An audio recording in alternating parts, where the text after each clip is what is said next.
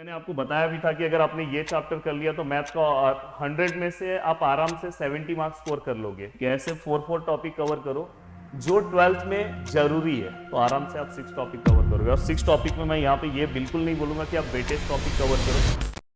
सो दोस्तों, आज यहाँ जो चीज लेके आया हूं ना, ऐसा मत बोलो राहुल सर को राहुल सर को लाया हूं तो धमाका वैसे भी है भाई, क्योंकि मैंने पहले ही बोल दिया है कि अगर मैथ में फोड़ना है तो ओनली ऑप्शन राहुल सर है।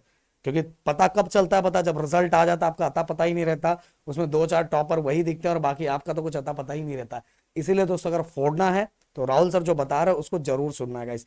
सो 1 नवंबर से मैंने आपको बोर्ड की प्लानिंग दे दी है। उसके पहले एनर्जी ड्रिंक 10 डेज का भी दे दिया है। बट यहां एक एनर्जी ड्रिंक और ऐड करना चाहता हूं कि अगर सीईटी में भी आपका टारगेट 99.9 प्लस परसेंटाइल है तो मैथ या बाकी सब्जेक्ट राहुल सर पूरी प्लानिंग बताने वाले, physics chemistry math PCM PCB सब बताने वाले, तो उसको आपको कैसे 10 डेज के अंदर कैसे ऐड करके एक और एनर्जी ड्रिंक सीईटी के लिए फुलफिल करना है। राहुल सर रेडी हो?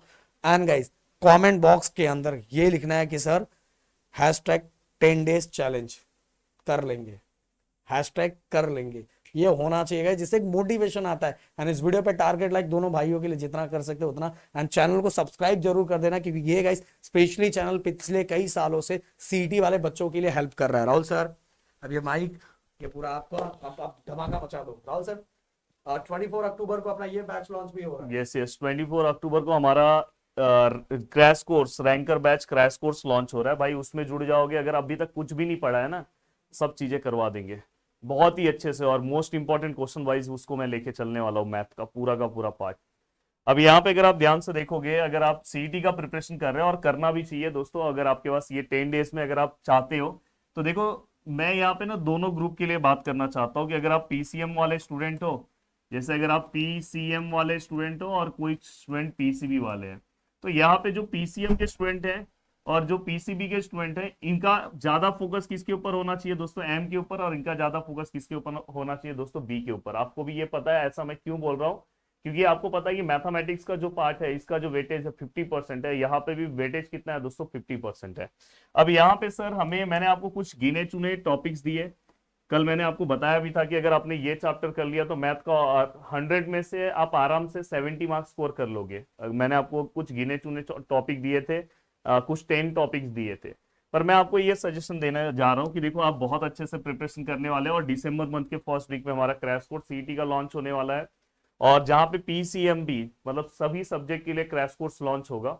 अब यहाँ पे अगर मैं आपको बताऊं तो आपको प्लानिंग किस तरह से करना चाहिए दोस्तों, देखो, सबसे पहले अगर आप पीसीएम के स्टूडेंट हो तो आपका जो डेली रूटीन है उसमें से कम आपको मैथ के लिए 3 आवर्स और फिजिक्स के लिए 1 आवर, अगर आपसे पॉसिबल हो तो 2 आवर्स, और 2 आवर्स कर लोगे तो अच्छा है।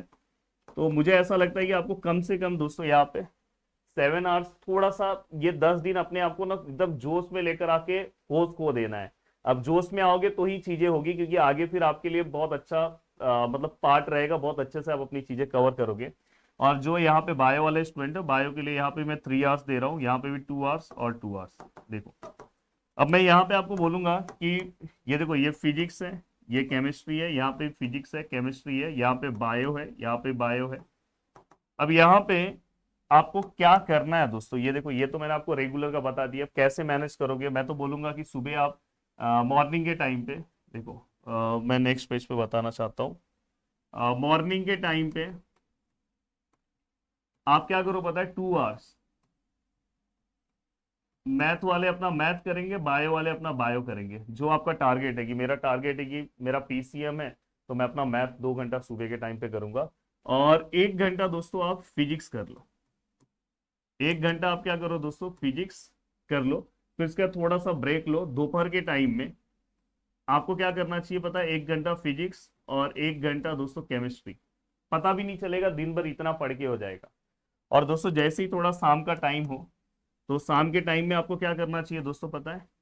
1 घंटा फिर से आपको, अगर आपका मैथ है, या तो दोस्तों अगर आपका बायो है तो ये, क्योंकि उससे क्या होगा, ये मेन सब्जेक्ट है।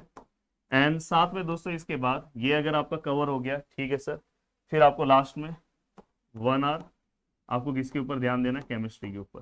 तो इस तरह से देखो, ये अगर आप अपना मॉर्निंग रूटीन में ये वाला पार्ट अगर आप मॉर्निंग में ले लो, मॉर्निंग में बस 3 घंटा है, उस टाइम पे आप अपना 1 1.5 घंटा 2 घंटा बीच में बोर्ड का ही पढ़ सकते हो, पर ये इनफ है। देन दोस्तों इसके बाद सीईटी के लिए आप यहाँ पे अलग से आप यहाँ पे अपना टाइम दे सकते हो। देन दोस्तों इसके बाद फिर ये वाला टाइम है आपका। तो अब ये पूरा का पूरा अगर आप प्लानिंग बना रहे हो, ये मैं दे रहा हूँ जिनका टारगेट 99+ परसेंटाइल का है, उनको तो इतना मेहनत करना ही होगा।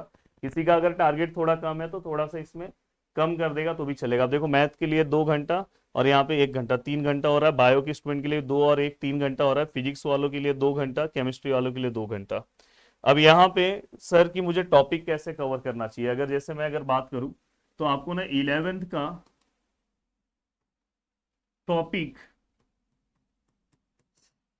ऐसे कम से कम 4 टॉपिक कवर करो, सब सब्जेक्ट के ऐसे 4 टॉपिक कवर करो जो 12th में जरूरी है। मैं ये नहीं बोल रहा हूँ कि 11th का जो वेटेज वाइज बहुत ज्यादा है, अभी उसके चक्कर में मत जाओ, जो 12 के लिए जरूरी है। जैसे अगर मैं बात करूँ 11th का कौन सा टॉपिक अपने को कवर करना चाहिए, लिमिट्स कर लो, स्ट्रेट लाइन कर लो। तो 12th में आप, अगर मैं मैथ की बात कर रहा हूँ तो ऐसे टॉपिक्स देखो कि जो मेरा 11th में बहुत जरूरी है। अगर आप वीडियो के नीचे लिखोगे तो मैं हर सब्जेक्ट के 11th के कौन से टॉपिक 12th के लिए जरूरी है तो वो बता दूंगा। तो ऐसे 4 टॉपिक कवर करो और आराम से दोस्तों, अगर आप अभी तो मैं इसका क्रैश कोर्स भी सीईटी का लेकर आने वाला हूँ, और वैसे अगर आप मेरे फुल लेंथ कोर्स में आना चाहते हो तो ऑलरेडी चल रहा है, तो जहां पे आपको रिकॉर्डेड फॉर्म में वीडियोस मिल जाएंगे और कुछ टॉपिक बाकी हैं जो लाइव फॉर्म में चलने वाले हैं। आज से हम सीईटी में इनडेफिनेट इंटीग्रेशन स्टार्ट करने वाले हैं। अब यहाँ पे ये पूरा का पूरा पार्ट ठीक है सर, हो गया। ये हमने 4 टॉपिक 11th का कर दिया। 12th का हर सब्जेक्ट का कम से कम दोस्तों, जो नहीं तो दोस्तों कम से कम ना इसमें आपको 6 टॉपिक कवर करना चाहिए। 6 टॉपिक। आप बोलोगे सर 6 टॉपिक कैसे होगा दोस्तों, इसीलिए तो मैं रोज आपको टाइम दे रहा हूँ। यहाँ पे 10 डेज है ना, 4 और यहाँ पे 6 टॉपिक, और आराम से अगर आप थोड़ा सा मेहनत करोगे, थोड़ा टाइम मैनेज करोगे तो आराम से आप 6 टॉपिक कवर करोगे। और 6 टॉपिक में मैं यहाँ पे ये बिल्कुल नहीं बोलूंगा कि आप वेटेज टॉपिक कवर करो। यहाँ पे मैं आपको वो टॉपिक कवर करने के बारे में बोलूंगा जो स्टार्टिंग से, जैसे यहाँ पे आप 12th में ना मैथमेटिकल लॉजिक कवर कर लो, मैट्राइसिस कवर कर लो, साथ में दोस्तों डेरिवेटिव, एंड दोस्तों यहाँ पे एप्लीकेशन ऑफ डेरिवेटिव, साथ में मैं यहाँ पे ट्रिग्नोमेट्रिक फंक्शन और यहाँ पे पेयर ऑफ स्ट्रेट लाइन। तो यहाँ पे अगर आप ये इतने टॉपिक कवर कर ले रहे हो और तो आराम से आपका काम हो जाएगा। और यहाँ से ये मैंने मैथ का आपको बताया, बाकी आप अपने सब्जेक्ट में स्टार्टिंग के ही, मैं बोल रहा हूँ कि स्टार्टिंग के आप अपने अकॉर्डिंग जो आपको 6 टॉपिक अच्छे लग रहे होंगे वो टॉपिक आप कवर कर लो। अब बात आती है सर मैथ का। देखो मैथ के लिए एक सीधा ऑप्शन बता दिया कि आप मेरे बैच से जुड़ सकते हो, या तो यूट्यूब पे मेरे कुछ वीडियोस हैं, पर यूट्यूब पे जो वीडियोस हैं उसके बाद आपको थोड़ा सा एफर्ट्स अपनी ओर देना होगा। हाँ, बैच में बहुत अच्छे से मैंने सभी चीजें कवर कराई है, या तो आप खुद से बुक लेके आप कवर कर सकते हो। और सबसे अच्छा अगर मैं बुक की बात करूँ तो आप टारगेट पब्लिकेशन का बुक ले सकते हो, उसके अकॉर्डिंग आप प्रिपरेशन कर सकते हो। ये कोई प्रमोशन वीडियो नहीं है जो मैं आपको बता रहा हूँ PYQs वाइज। या तो आप क्या कर सकते हो, ठीक है सर, फिजिक्स केमिस्ट्री बायो के लिए क्या करें, तो सबसे अच्छा है अपना स्टेट का बुक, जो आपका बुक है केमिस्ट्री का और बायो के लिए। और बायो के लिए देखो ब्लैक ब्लैक कलर में जो अपने स्टेट के बुक में लिखा है ना, वो आपके लिए बहुत जरूरी है। सीईटी का मोस्ट, और डायग्राम्स के ऊपर सीईटी के बहुत सारे क्वेश्चंस बनते हैं। साथ में दोस्तों आप एक क्या करो, PYQs बुक ले लो, तो आपका दोनों काम अच्छे से होते जाएगा। तो एक तीर से आप 2 निशाने मार सकते हो और बहुत ही अच्छे से आपका ये 10 डेज में आप अपना कवर कर सकते हो। जय हिंद दोस्तों।